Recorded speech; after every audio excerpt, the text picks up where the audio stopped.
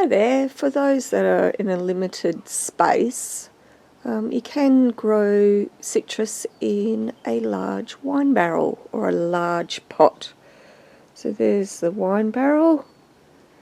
This is a mature, fully sized lime tree. It's situated on a north-facing wall, gets reflected heat from the house next door, protected from the southwest winds, and also there's my rainwater tank that's also giving it a bit of a warmth during winter and a wind barrier as well. So you can see I actually have got some limes. I've only had a few, but the thing to remember when growing a citrus in a pot is that you're the one who's going to provide all its water, its fertiliser. So I feed this one regularly. I use a foliar feed that is got a seaweed extract plus also some NPK with some trace elements, and this seems to be working quite well on this lime tree.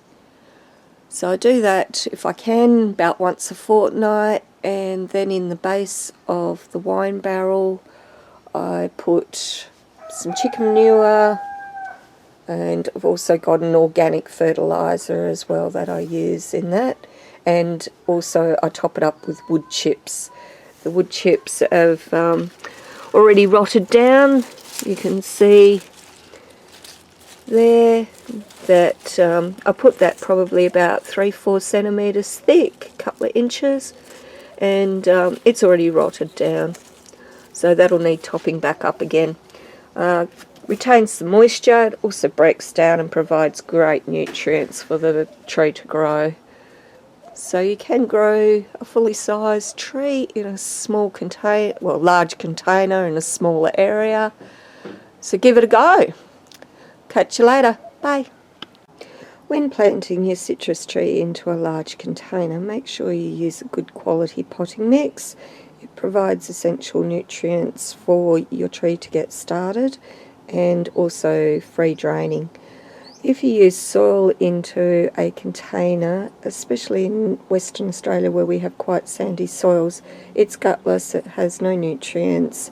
It is water phobic usually, so you will need to use a wetting agent, and it just gives your tree a poor start. So a wine barrel will need 200 litres to fill it up to plant your tree. When you're using a wine barrel, you quite often see your wine barrels fall apart.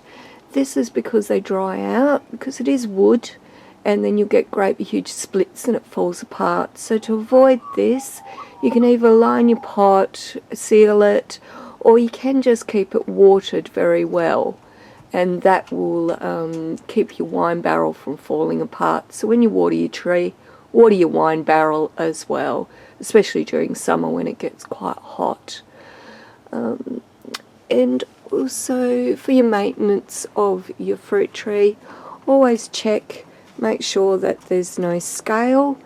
To see if you have scale, you will actually see ants going up the trunk of the tree. This is the first indication that you've got scale, and I've actually got some ants going up there. So I don't know if we can pick it up, but we'll try. Where are they, the little ones? So what the ants do is they actually go in and harvest the scale, and they work together and move the scale around on your actual tree. Scale is a sucking insect and can do quite a bit of damage to your tree. So I'll see if we can find some scale. So actually, there we go. There we go. So we've actually got a white mealybug, which is that one right there, and that brown bit there is a scale. So when you get a great big huge infestation, they can actually really damage your tree, and you'll have dieback, and your tree will die. So to avoid this, use some white oil or a pest oil and spray. You will need to repeat the spray between 7 to 10 days. Do not use white oil or pest oil on an extremely hot day. So anything over 27 degrees will burn your leaves.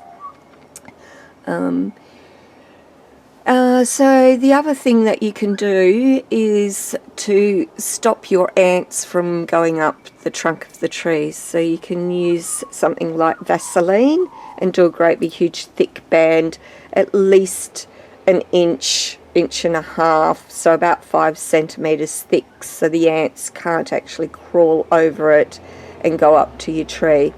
When they harvest the scale produce a sweet nectar and called honeydew, and the ants eat this, so that's why they moved the scale around on your fruit tree.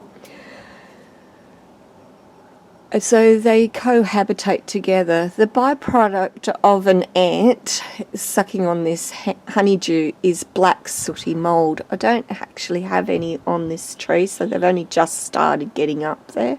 But black sooty mould, you'll see your leaf will just go black. So you don't treat the black sooty mould, you actually treat the ants and treat the scale. The black sooty mould will disappear when they've been done.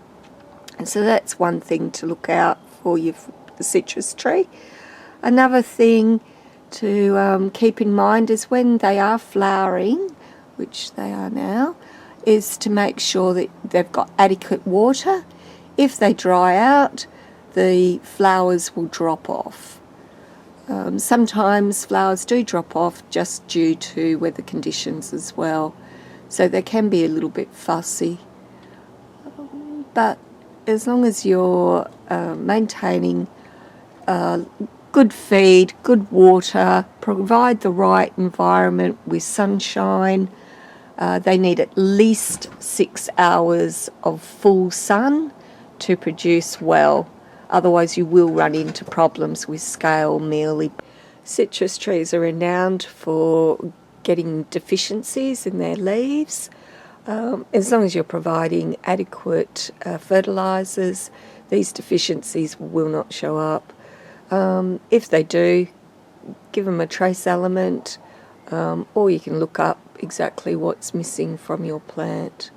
But if you use a complete fertiliser, deficiencies are less likely. Otherwise they're quite easy to grow. Give them a go, just provide them with a nice warm spot and they'll be quite rewarding and produce fruit for you. So if you like this channel, subscribe, like, and I'll catch you next time. Bye.